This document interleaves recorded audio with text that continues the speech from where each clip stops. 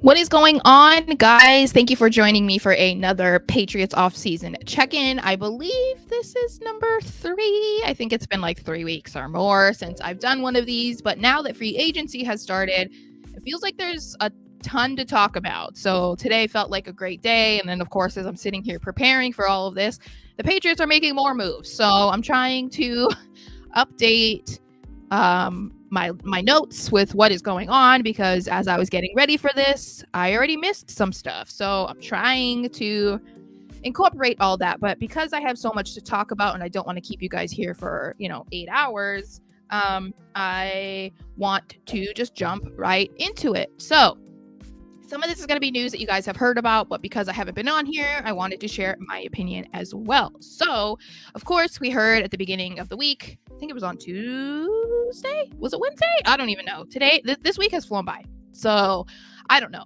But we heard about Jakobi Meyers. There was a lot of rumors leading up to free agency that he was not going to be re-signed, that it wasn't looking good between him and the Patriots, mostly because the conversations hadn't been going well, but also his projected value was set to be between, it depended on where you looked, 12 to 15 million a year or 15 to 20 million a year.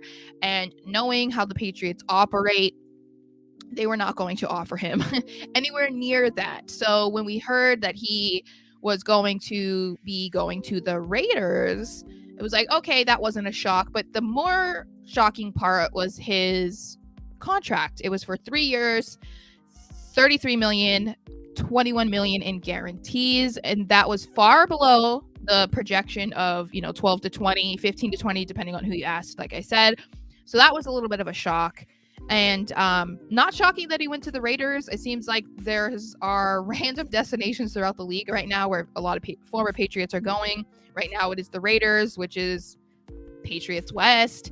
The Dolphins are becoming Patriots South. That's kind of like what was going on when Brady was on the Bucs. Even when Vrabel was first with the Titans, there was a lot of former Patriots going there. So it seems like the Raiders are now that team.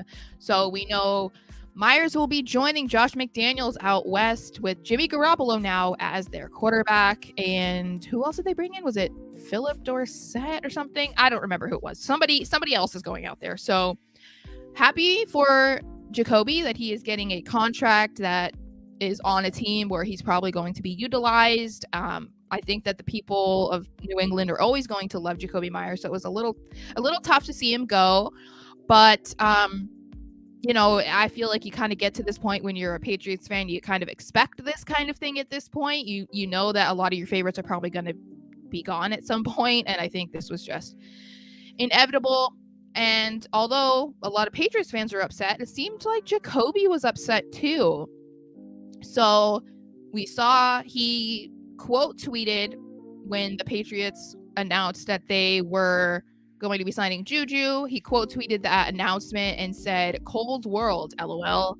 And I think it mostly came from the timing of the signing, but also the contract. So Juju also got a 3-year, $33 million contract. And at first that seemed kind of crazy because you wouldn't re-sign Jakobi, maybe because of the contract that he wanted, and then you gave the next guy the exact same contract. But when further details came out about Juju's contract, there was a significant difference between his and Meyer. So as I said, Jakobi is getting 21 million in guarantees. Juju's only set to make 16 million in guarantees. So although that's not like a significant, like a humongous difference, it's still $5 million. That's quite a bit of money. And so that seems like that might be a leading cause to why they let Myers go. But then there also might be other reasons that fans don't want to acknowledge, fans don't know. As much as we loved him and wanted him to stay in New England, Belichick is going to know more than we do. So maybe there's a different reason. I don't know. Maybe there's a bigger plan in place. They seem to be making moves that make it appear as if they have a bigger plan in place. What that is, I don't know, but I'm hoping that we're going to get some news about that soon, because I'm getting a little antsy, if we're being honest. So Because of his comments, Myers was asked about that in his introductory press conference to the Las Vegas media. They asked him just straight up, what was your tweet about? Were you upset? Did things end badly? Whatnot? And he said, I just like messing with people. I just like getting under people's skin. But honestly, I appreciate them for everything that I've been through there. I never really got to say, well, I did get to say goodbye, but I never really got to tell them bye as I was leaving the building. That was just me being childish for real, but I love them, but I'm also happy to be here. So I'm sure part of it was, a quick reaction because he was upset that he wasn't brought back to a team that he felt like he had proven himself on, maybe a team that he wanted to stay on. I would assume that he probably wanted to stay there. And then maybe once he saw more of the details and the differences between their contracts, he changed his tune a bit. Or maybe he just didn't want to have people continuously talking about, him seeing bitter or whatnot. I don't know. It doesn't seem to be, in my eyes, that's the type of person that he is. I think that I don't blame him for being upset. So definitely nice to see that clarity. It's going to really be weird next season. It's always weird when players who have been around for even just 3-4 years, when they end up leaving. We're definitely in that ground right now where there's a lot of changes going on, and next season's going to be crazy different. I think it's kind of probably what we're going to deal with in 2021, or what we dealt with in 2021, where there's all those gigantic signings in the off season. It seems like we're definitely in that mix again for 2023. So before I get on to everything else, I want to make sure that I say hello to you guys. Hello, Chris. Hello, Jeff. Hello, Ron94, because I don't know your real name. Thank you guys for watching. I appreciate you guys. And Ron94 has a question. He said, what do you think about Gesicki and Juju coming here? Do they help our offense and Mills cut too? I'm going to get to all of that. Don't you worry. I will get there. But before we get into all that, I'm kind of going in order of like how things happened this week. So bear with me if you're a little impatient because you want to talk about the stuff that's going on literally right now or today. I will get to that. I just wanted to go in a little bit of an order. Sorry, I'm making sure to check Twitter every now and then because I don't want to miss anything, and I had missed the Chris Board signing, so I want to get into that. So let's go over. Actually, let me see. Okay, Chris is commenting. He said, it's a business. Myers was good, but not great. And he has to accept that there are better players out there and there is always someone trying to steal your job. 1,000%. Loved him as a person. That's not a question. We all know that he was a great player, a great teammate, a great guy. And other than, the little silly tweet that he sent out, he's handled all of this in a very classy manner, especially if you guys haven't seen the way that he discussed the now infamous lateral against the Raiders. It was a very classy and humble response that he had. So I think, he's a guy that we'll always root for. At least I would say a good chunk of Patriots Nation will be doing that, and I will be one of them. So let's get into the Juju Smith-Schuster signing. This was a little bit surprising, I think, but not completely if you've kind of been paying attention to what Belichick has said about Juju over the years, or if you looked at the list of who were the top free agent receivers in free agency this year. Juju is basically right up there with Jacoby Myers. So the fact that they lost Jacoby Myers and then brought in a very similar guy on a very similar deal is not at all shocking. So as I said earlier, they did sign Juju to a 3-year, $33 million contract with $16 million guaranteed. And apparently the Patriots and the Chiefs were in a bidding war over him. So I'm kind of surprised that he went to the Patriots, just because I mean, I would assume that maybe it has something to do with money. Maybe it was something about playing for Belichick and playing for the Patriots. But the fact that he chose the Patriots, who are definitely not in Super Bowl contention at this point, over a team that he just won a Super Bowl with, I think that's kind of telling.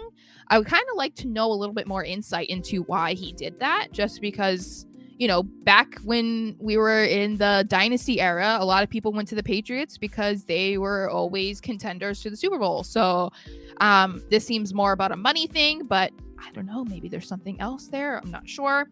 So a lot of people's initial reactions to Juju signing, I would say, were probably not that great. And I think this is just another case of his off-field behavior. He's become quite infamous for his TikToks. I think, that's basically what it is. I think it is. And, at my age, especially, I am not on the older, but I'm kind of in the middle of millennials. So TikTok is not my thing. I don't understand it. I find a lot of it very cringy. So I understand that. But, and I've spoken about that I didn't particularly like that about Juju. But, he's only 26 years old. He's already been in the league for 6 years. He's only 2 weeks younger than Myers. So there were some people, I think if you guys follow me on Twitter, I had someone who told me that they didn't want an aging diva on the team. And I was like, he's literally only 2 weeks younger than Jacoby. So it seemed a little bit silly for that to be your argument. But he's only 26 and he's an instant replacement to Jacoby Myers. So they both are predominantly players that are in the slot. And although Juju definitely has the abilities and the capabilities to play on the perimeter, he thrived in the slot last year for the Chiefs when he caught 78 receptions for 933 yards and 3 touchdowns in the regular season. Didn't see a lot of action in the postseason, but it is Patrick Mahomes. It is Travis Kelce. It is, their rookies were kind of crazy productive for them this year. So Juju not being super involved in the offense, I don't think is like a huge shock, nor is it really a concern. But I do think that he could be a good addition, and it definitely does not close the door on them adding any more receivers, especially on the perimeter, because I know a lot of people were concerned that this kind of maybe shot down the idea of Hopkins or OBJ or Judy. See, I already saw some of you guys mention him. I'll get to your comments in just a second. This doesn't, because he's a slot guy. They can definitely move him to the outside if they want to, but I think that the timing of his signing and the fact that they let Myers go, I think that's kind of indicative of what they plan on doing with him. So I don't see that happening, but I think it's a good signing. I think we have to see how he plays. It's not even a long contract. It's not a humongous contract either, but I like that they are being aggressive, at least from what we're seeing. They are out there and they are inquiring about some other receivers too. We've heard about them also doing a lot of their work with receivers in the draft. So, the biggest thing that we wanted them to do this offseason was to improve the offense, and they've been doing that while maintaining the defense. All of their free agents on defense, besides Juwan Williams, who didn't play last year, have all been re-signed. So I think that they are in a good space right now. I think that they're doing a lot better than people want to give them credit for, especially Boston radio, but it is what it is. Chris says, I have high hopes on Juju and hope he can be the guy that can get us the missing yards after the catch. Yes, that is the biggest thing that people have been talking about when it comes to Juju. And I think I wrote it. He averaged 12 yards per catch last year. I don't remember what his average is career-wise, because he has dealt with some injuries. Let's see. He averages 11.9. Okay, so basically the same.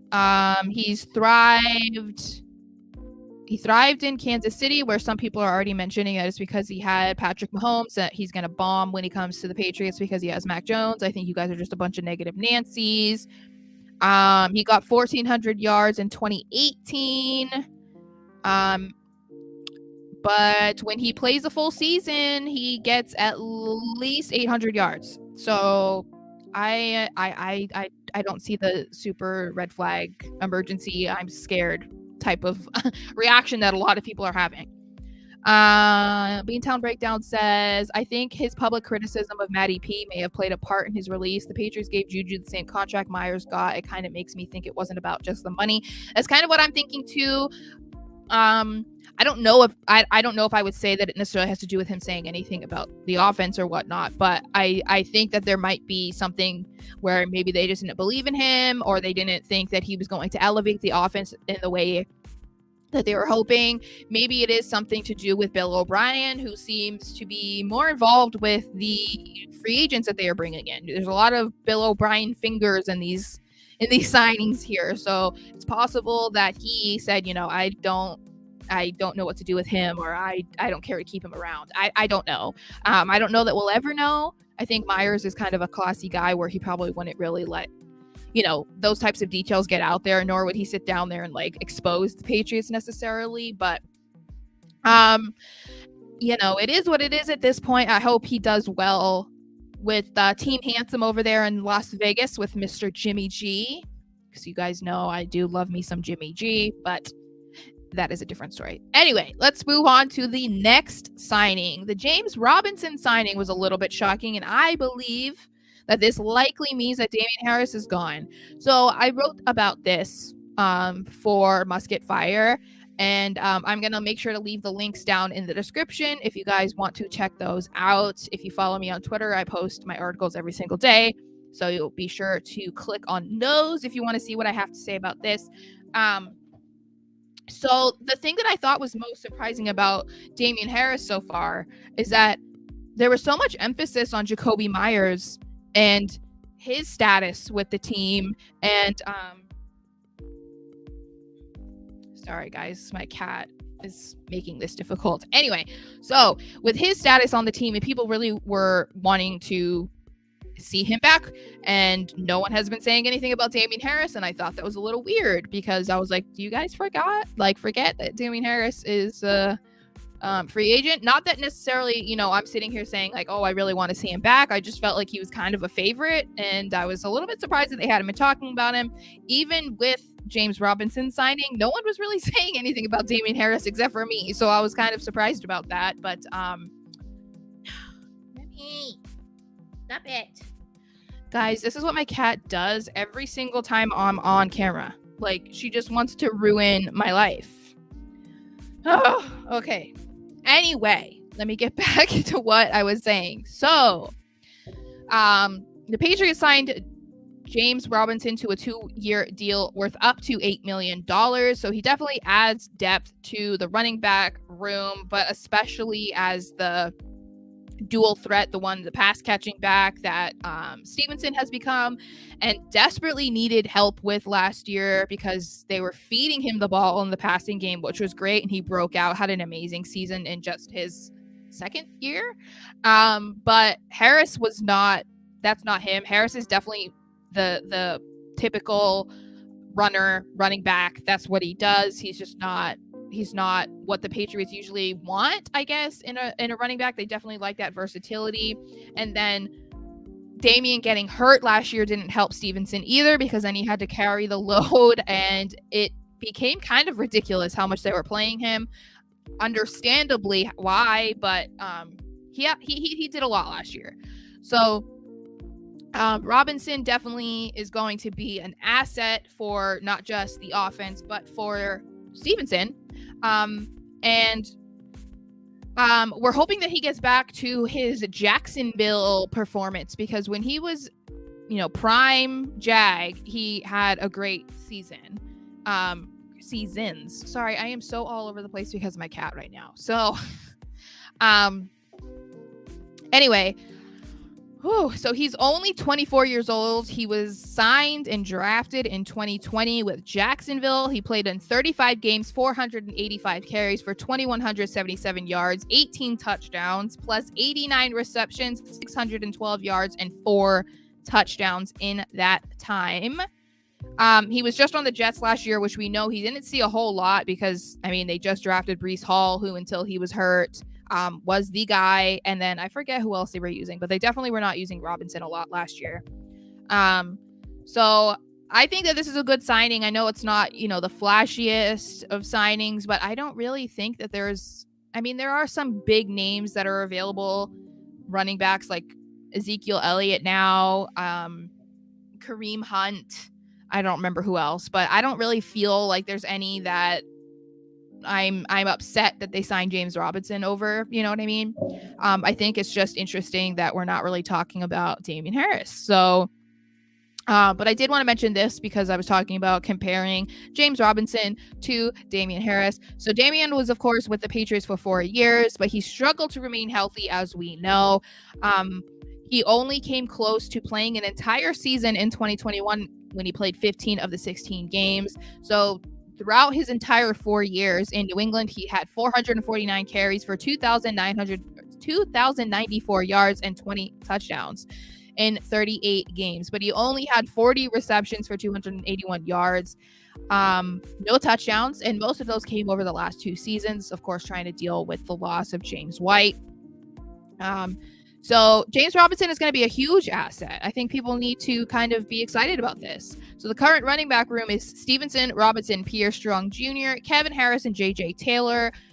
Definitely a good variety of running backs in there. I think Stevenson and Robinson will definitely be the 1 and 2. I think Pierre Strong is going to come out and be probably the number 3.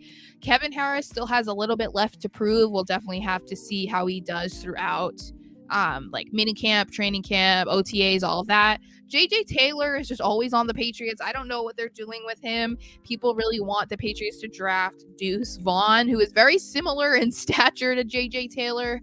But they do have quite a stacked running back room as it is right now. So I think we're looking good for there right now. Let's see, what did I miss? Round 94 says Harris posted an anti-Patriots tweet that Darius says something. Who's Darius? Blood Darius? I don't know who you're talking about. Oh, Darius Slay. Yes, I saw he like retweeted like the Patriots Way thing or something, or Slay said something about how people don't think I like to be coached or something, and I saw he retweeted that. That was a little weird.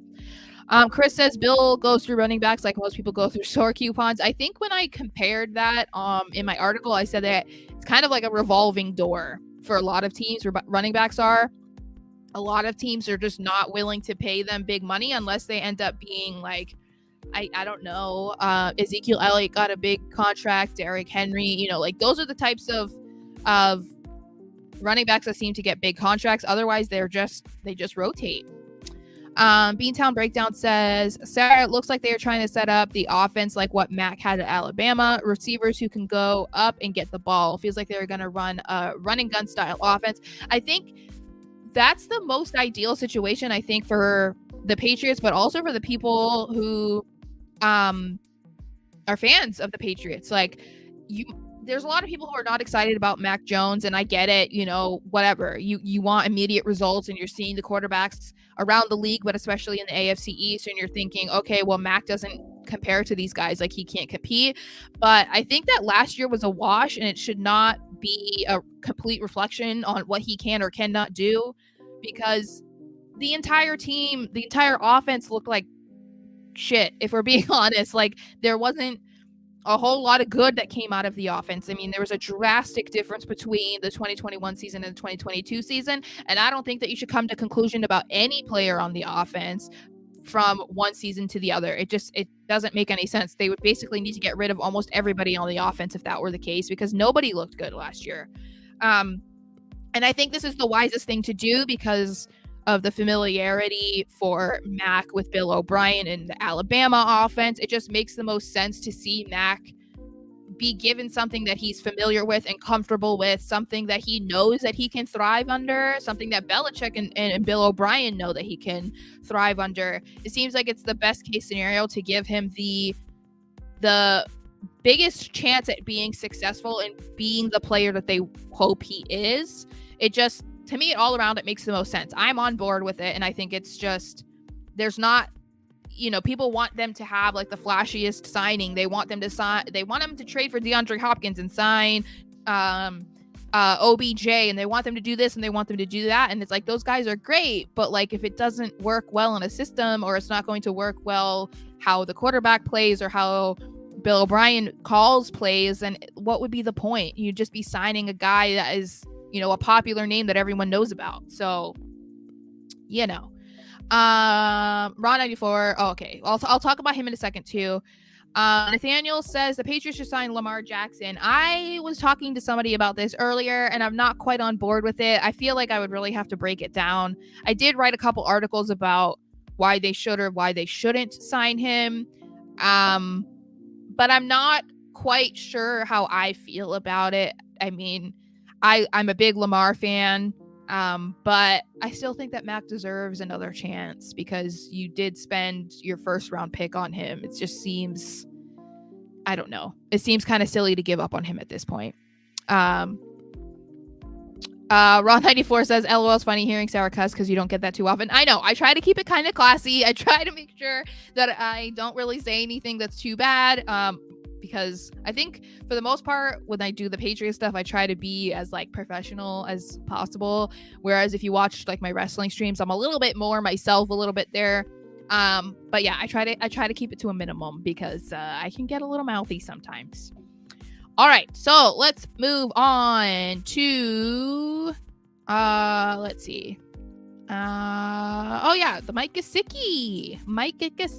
So there was rumors for a couple days about Gesicki landing with the Patriots because people were sharing that Mac Jones was following him on Instagram or Twitter, and that Gesicki was following the Patriots, and there's just a lot of like intermingling there. And then, of course, you know, the iconic tweet, well, the meme that I sent out yesterday of Mike Gesicki was seen at Logan Airport. So it's not surprising that this was news that I woke up to this morning. So Mike Gesicki, in case you guys are not familiar, is a tight end who was playing on the Dolphins. He was signed today by the Patriots for a 1-year deal worth up to $9 million. He is 6'6", 250 pounds, and definitely brought in for his like pass catching abilities, because if they were looking to add a good blocker, then this is not the guy. I found this signing interesting in that aspect alone because they did just trade Jonnu Smith. So, you know, they were using him predominantly for blocking when they actually used him. And so replacing him with a guy like Gesicki doesn't really make sense.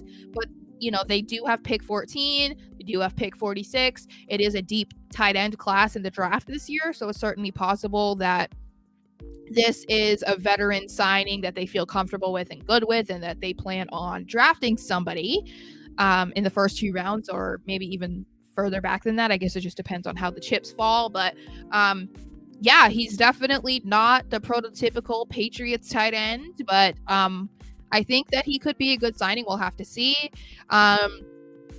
His best year was not last year. It was definitely in 2021.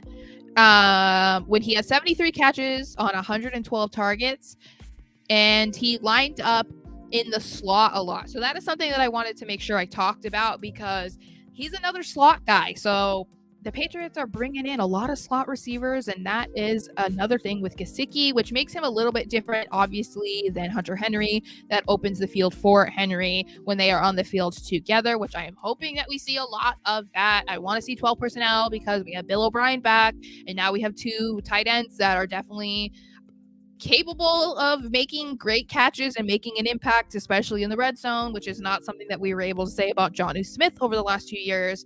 I saw this from Taylor Kyles. He said that Gesicki was in the slot 60.3% of the time. He had 10.3 air yards per target, 3.4 yards after the catch, and only a 4% drop rate. So he was on 453 of the snaps that he was in 2021 were in the slot, and only on the outside, out wide, on 252 snaps.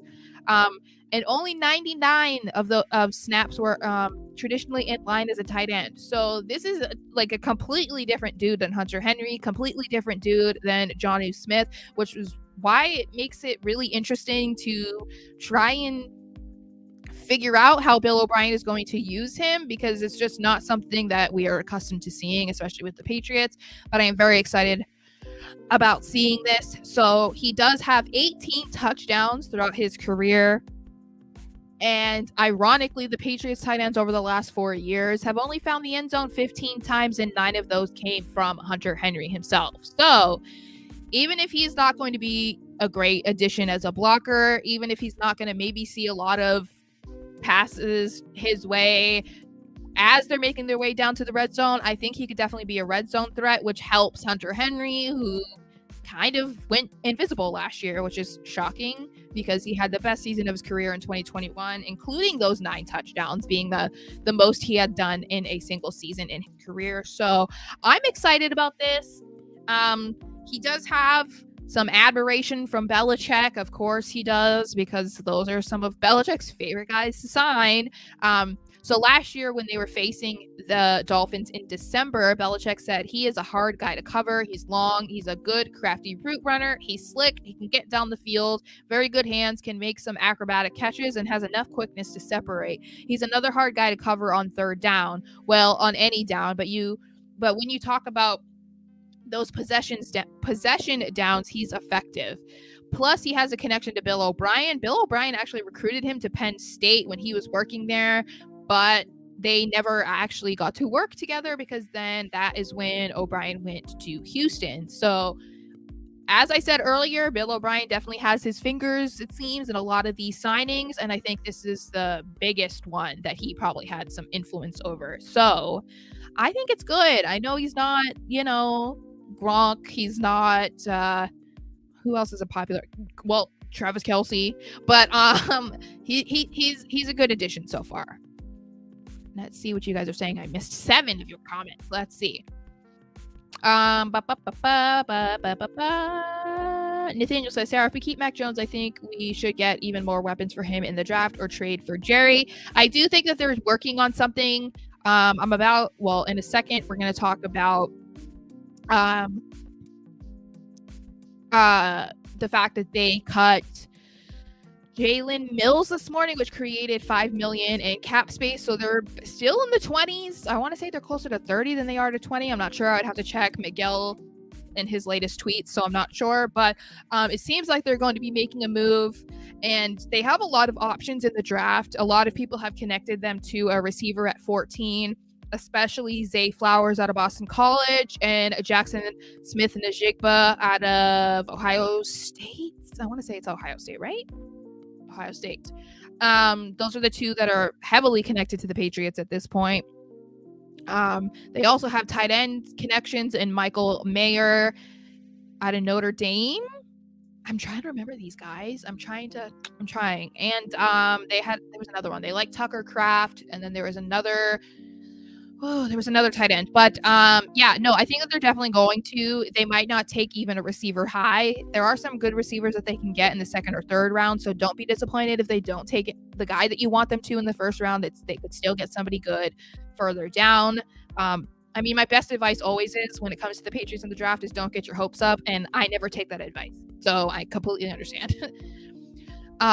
Chris says, too expensive. Give up 2 first rounders. What if Lamar ends up becoming Russell Wilson? Once his legs are gone, he has nothing. Yeah, I love Lamar, but I do think he is a little bit risky. Plus, I think that you're saying a lot by giving up on Mac Jones already in year 3. And if you look at recent history with quarterbacks who didn't necessarily thrive in their first 2 seasons, they came alive in year 3. And that includes Jalen Hurts, Josh Allen. Who was the other one? Tua. If we're even just looking in, AFC East for the most part. The second that they got them a great receiver, they came alive in year 3. So I'm not saying, I have to reiterate, I am not saying that Mac Jones is the next any of those guys. However, I do think that we need to see what he can do in year 3. And if it ends up being absolutely nothing, okay, well, you can cut him next year or trade him next year, because he's still on a rookie contract, and they have a lot of money for next year's free agency, and they don't have a lot of players signed through until 2024. So next season could be a completely different roster. I think that we just need to wait and see what Mac can do.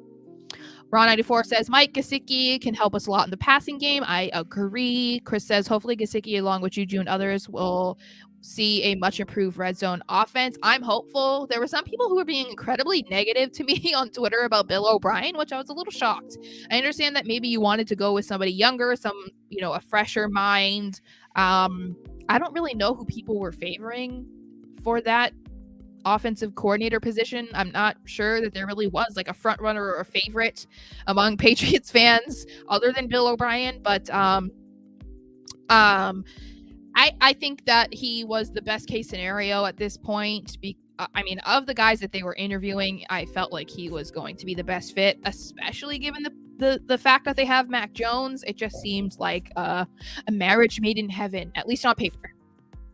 Let's see. Oh, Dave says, I heard D-Hop followed Mac Jones back. I'm wondering if I talked about this. Do I have it in here? Yes. Okay, I'm gonna talk about how there's some Patriots that are recruiting a bunch of receivers on here. It's becoming a thing with the Patriots. I'm gonna talk about that in just a second. Ron84 said he is better than Jonnu, who's really a receiving playing tight end. This is a reference to Mike Gesicki. That is very true. Chris adds that Jonnu Smith will always be what might have been type player, which really sucks. It really does suck because he was signed before Hunter Henry, and then people, once they signed Hunter Henry, they were like, okay, Jonnu must have just been a backup plan. That the plan was always to sign Hunter Henry, but they got Jonnu first because they couldn't lock down Henry. That might be the case. I felt like it was kind of unfair to be saying that because Jonnu had done quite a great job while he was in Tennessee, so it seemed just kind of like mean to say. But I don't know what exactly the problem was there. I don't know if it had anything to do with maybe he just had a really good one season with the Titans and then he just couldn't reproduce it, or maybe there just wasn't a schematic fit between him and the Patriots. I don't know. So and then Chris says if Bill drafts wide receiver at 14, he should get fired. Depends on who it is, I think, right? Because there's a lot of people who really want Smith and Jigba, especially at 14, and I know that people really like Zay Flowers, but I always question, is it because he plays at Boston College or is it because you actually like him as a player? I'm not saying that I feel either way. I'm just saying, like, sometimes we're a little bit biased when it comes to the local colleges and we're like, yeah, he's a Boston boy, he should come play. It's like, yeah, but is he like a good fit? Would he be a good guy with the team? I don't know. But let's get an update. Let's talk about the updates on the Patriots receivers and who they are reportedly inquiring about. So there are some conflicting reports, as there always is. They have been saying for weeks, well, even months at this point, maybe, that the Patriots have been interested in trading for DeAndre Hopkins. Of course, we know that blew up after the Patriots versus the Cardinals in November, which I was at. And they had their pre-game interaction where they were telling each other that they loved each other and whatnot. But then apparently the Patriots were inquiring about a trade for him, and because he became available with the new GM in Arizona, it seemed like it could be something that could actually happen. So they are reporting that the Cardinals would like a second rounder at least, which I would be kind of okay with if they traded pick 46 for it, or even a pick next year. I don't know what the Cardinals would want. I think they have a good amount of picks, so I don't know that they necessarily need it this year, but it's possible. We shall see. There are some conflicting reports there, as I said, though, that the Patriots are in, the Patriots are out. I don't know. Some people thought that maybe because they signed Juju that this meant that they were out. I don't think that is the case. So we will have to see for updates. I mean, it's kind of difficult to say who has the most accurate information or the most up-to-date information because so many different things are being said. It's the same thing with Jerry Jeudy at this point. Earlier this week, at the beginning of this week, we heard that the Patriots were one of the few teams that were still in on Jerry Jeudy. Then somebody else said that they were in on them, but now they're not, after they heard that Denver reportedly wants either a first rounder or a second rounder and a player for Jeudy. And I think they also said that for Sutton. I'm not sure. Then you had somebody come out and say that Denver is actually not interested in trading either Jeudy or Sutton. And then somebody else came out and said that the Patriots are still expressing interest and still inquiring. So I don't know at this point what they're actually doing. It seems like we know at least what the price that they're looking for is, which makes sense because they did try to trade Jeudy last year around the trade deadline and are said to have had at least like 5 teams that were calling and interested, but that they couldn't get a deal done because teams felt like they were asking for too much. At that point, maybe because there was, it's in the middle of the season, it's at the end of October, and maybe they felt like, a first rounder for him was a little bit too much. I think given his production, it just depends on what you see in him, I guess, because a first rounder does seem like a lot, but he could potentially be a wide receiver 1 on a team, so a first rounder seems fair. I don't know. My problem is the people who are willing to give up a second round pick and Kendrick Bourne for him. I am not on that. I am not on that train. I would like them to keep Kendrick Bourne. I'd really like to see what Kendrick Bourne can do with Bill O'Brien, with Juju, with Mike Gesicki, with a back to normal, Hunter Henry. I would really like to see that. So we will have to see about that. But the Patriots are also said to still be in on Odell Beckham Jr. As we know, they did attend his workout in Arizona last week. But a problem there is that he is reportedly seeking $20 million a year. I don't know that the Patriots would be willing to pay for that. I think they might, just because of Belichick's admiration for OBJ, how they've tried to acquire him on numerous occasions at this point. It's possible that they will do that, but it does seem like a lot for a guy that is coming off of back-to-back ACLs. So I do not know. But we have seen that there are a lot of Patriots players that are getting involved with trying to recruit these guys. Kendrick Bourne is the latest one to be trying to recruit Judy or Hopkins. I don't remember. Via his Instagram this morning, he posted a story of him working out, and I guess he does like a freestyle, like trying to convince them to come to the Patriots. Mac Wilson, after he was re-signed by the Patriots yesterday, was tweeting out to Jerry Jeudy and to Hopkins about coming to the Patriots. And then, of course, we know Matthew Judon always taken the one for the team to try and get all of these guys to sign. So it seems like it's a collaborative effort at this point. And as great as it is, I think it's kind of fun to see that they actually are enjoying their time with the Patriots, that they are wanting players to come there. And I don't think it's just in a selfish way of like, we want to win and we think you can help us win. I do think that they genuinely enjoy being there. And I think that's pretty cool, especially with people running with the narrative that New England sucks and no one wants to play there and blah, blah, blah, blah. So there is that. So we'll have to see what they do there. We might have some more players going there. Let's see what you guys are saying. Thank goodness, my cat.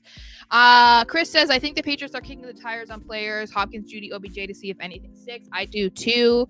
I think that the teams might be just asking for a little bit too much now, possibly because it is at the beginning of free agency. I know that people think it's been going on for weeks or, even this entire week. It did not.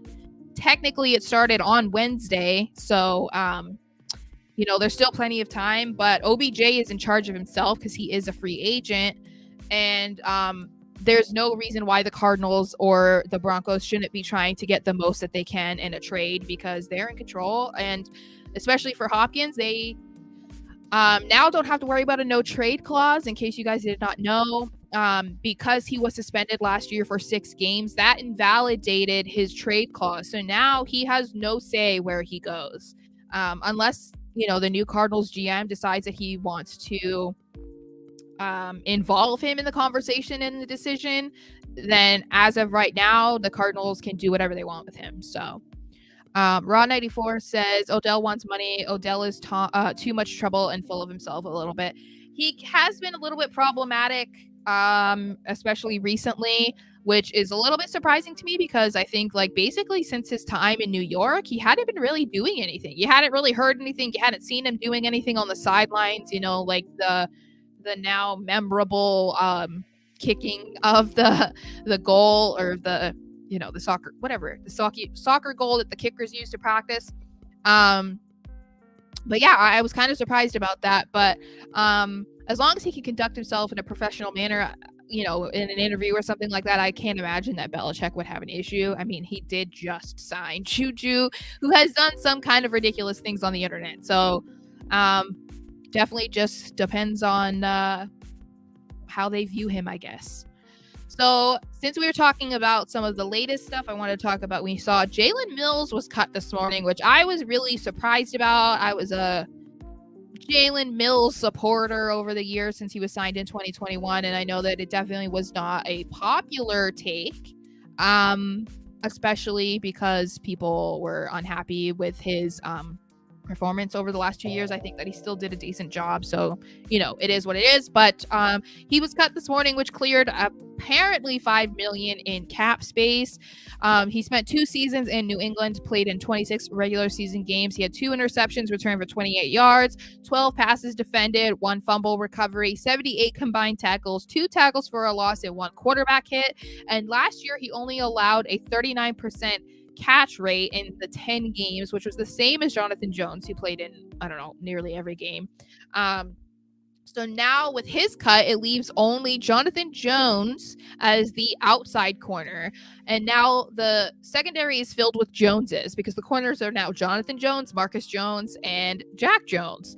So we definitely need to add another Jones, obviously. But this does make it seem like they must be in on another guy for the cornerback position because they need to add more to the cornerbacks. They can't just leave it at those, especially if they're going to be using Marcus Jones in a variety of roles the way that they did last year. If he's going to end up being their primary returner, then they can't use him, on every single snap on defense. That would be ridiculous.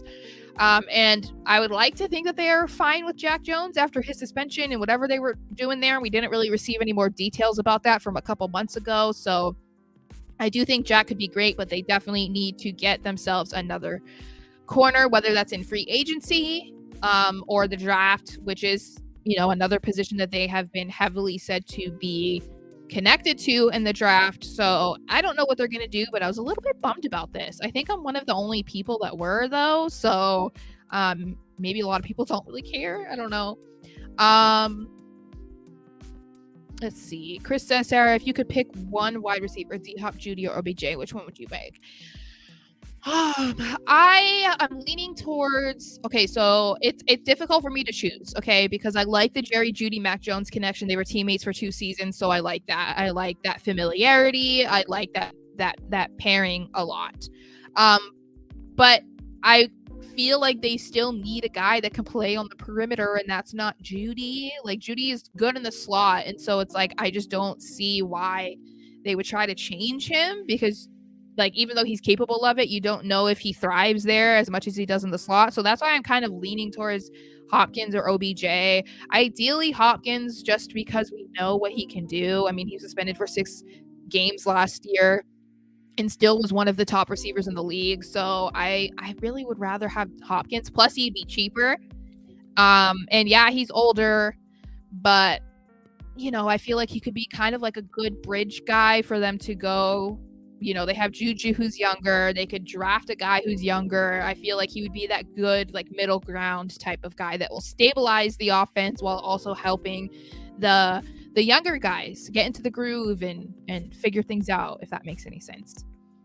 Ron94 says, I thought he was going to move to safety. So did I, especially after Devin McCourty's announcement of his retirement. And then we saw Mills tweeting, like, you guys know that technically I play safety, right? And that's because, yes, he did play safety when he was with the Eagles. So I assumed that was just what was going to happen as well. So I felt like I was really bummed that they didn't even give him that chance, So I'm assuming a lot of people's assumption is that they did this because they have plans to make a big move, but I'm just not sure what that move is yet because we haven't heard them being connected at all to any of these free agent corners. So, I mean, there were some people that were there was rumors of like, oh, they should be interested in this guy and blah, blah, blah. But there was never any solidified reports that said, oh, they had called about this guy or they called this guy. So I don't know. I really don't know.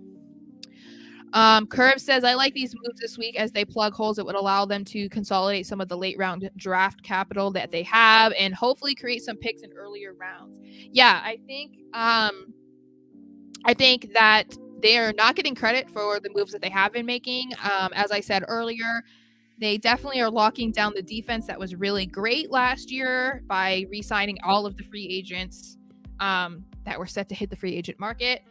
And they have brought in significant upgrades. I mean, it might not be, from here all the way up to here, but it's definitely an upgrades on the offense. They're significantly improving the special teams unit, which needed it so badly.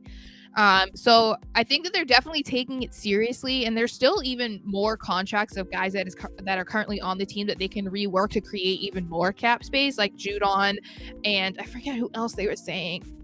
Judon was one of the leading guys that they could rework and like create quite a bit in cap. So we'll have to look at Miguel, aka Pass Cap, on Twitter to see what he has to say, because he has all of that knowledge. But there's still quite a bit of money that they can open up to get even better or bigger names and better guys. So we will have to see what they do, but I think they've been doing a great job so far. I agree. Nathaniel says, Sarah, I think our Patriots defense should be great next season. I hope so. I agree. Chris Goodwin says we need more Joneses. I agree. More Joneses, the better. Ron 94 says we get rid of Mills but keep Miles Bryant, who scares me in coverage. Yes, I think that Bryant is going to be more of a depth piece, and that's my guess, and maybe it's semi-wishful thinking. I think he has moments, but it's like usually it's because they are putting him in positions that he's not thriving in, so they need to just like not do that anymore, or put him in on like key moments where like the game is on the line and you know that he's probably not the guy to have all that pressure on him. But what do I know? I'm not Bill Belichick. So yeah, I think that I would like to believe that he's more of a depth piece, kind of a reliability piece that they're comfortable with. But we shall see, because I mean they signed him as a restricted free agent, so maybe someone will come and scoop him up. I don't know. Nathaniel says, Sarah, who on the Patriots are excited on are you excited about that the team has signed? Who am I most excited about? Well, I am excited about James Robinson because I want to see what he can do, because it's been quite a few years since we've seen him be like fully James Robinson, like, you know, the free agent or the running back that you want in fantasy football and stuff. I'm also very excited that they re-signed Jabril Peppers. He is a guy that I was like really hoping that they would sign. He can also play safety, but I felt like he was a great piece last year on special teams, but he also is capable of playing on defense, and I think they should use him there as well. So I think those are my top two. I mean, I'm interested to see what Juju can do. I think I'm just excited overall. This is just how I am every season. I'm always just like interested to see what they're going to do, and I'm excited because I try to be an optimistic fan. There's far too many people out there that are Debbie Downers about the Patriots all year round, that I try to be different, and I'm hoping to keep being that way, because it's not worth being miserable over something that you literally have no control over. That's just kind of how I view it. Like, I can't do anything to change the team. I can't influence their decisions. I can't make a player play any better. I'm just a fan sitting at home talking to you guys and, you know, maybe hoping to make this into a career at some point. But I still, no matter where I end up in my life, unless I somehow become a general manager or something like that, I can't do anything. So I'd rather just be optimistic, enjoy what I'm seeing, and be a fan. So I wanted to make sure that I mentioned this too, because this happened while I was on stream. The Patriots signed a linebacker named Chris Board to a 2-year deal worth up to $6.7 million. He's a linebacker who is a predominantly crazy, athletic, great special teamers. I guess he visited the Patriots yesterday, and he can contribute on defense, but we know Belichick loves him, a great special teams player, and he called him the best special teams player that they will play against all year last year. So, again, as I said, I'm very excited that they are focusing on improving special teams, because that was a humongous disaster last year. And, you know, it's not what some people want. They get upset when they see that it's just a special teams guy. But, you know, that was something. It was so hard to watch last year, you know, like you couldn't trust the kickers, you couldn't trust the punters, you couldn't trust the punt returners, you couldn't trust that they were going to tackle. I mean, how many times did they allowed 2 return touchdowns, special team return touchdowns last year against the Bills? Like, you guys are worried about the offense too much and that they're not going to be able to compete in the AFC East. But what about the special teams? I mean, you can't be letting them score touchdowns, and that's how you get beat. That's embarrassing.